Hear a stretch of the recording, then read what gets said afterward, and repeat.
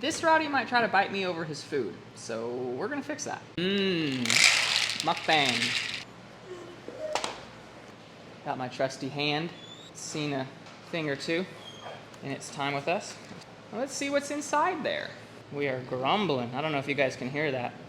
No commitment to it though, just growling. Okay, there's a commitment. We are not happy.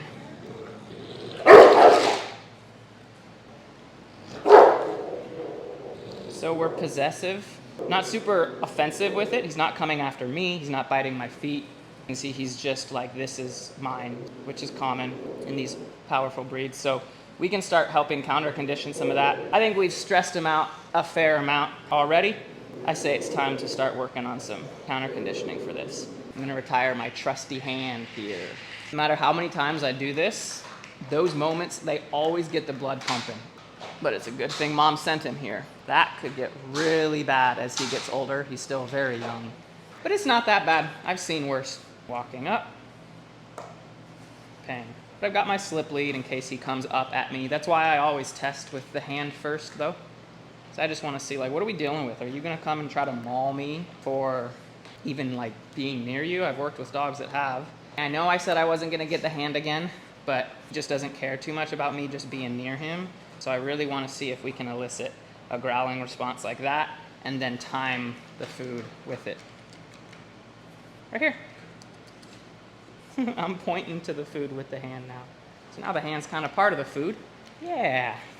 And this is perfect. I'm bouncing the food off his head so he feels it fall and then goes to get it and then goes back to the food. So I'm going to leave again. We'll come back with the hand, bounce it off the head, hand.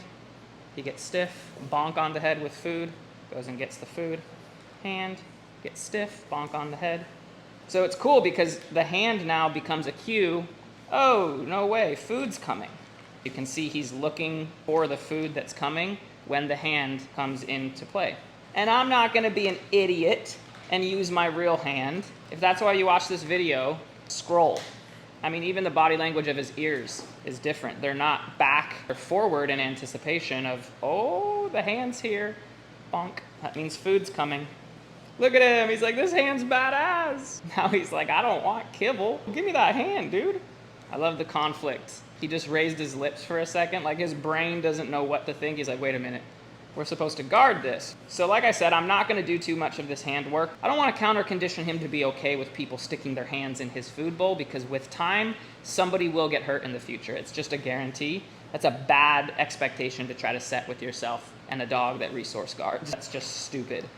But for training purposes now, it's nice to just desensitize that so that later, once we start teaching the out, we have a little bit more control and he's not as defensive. Bonk. Not even growling now. Come up in the approach. Bonk. And then we'll teach him to leave the bowl later. Yeah, right. Get out of here. See you in the next one.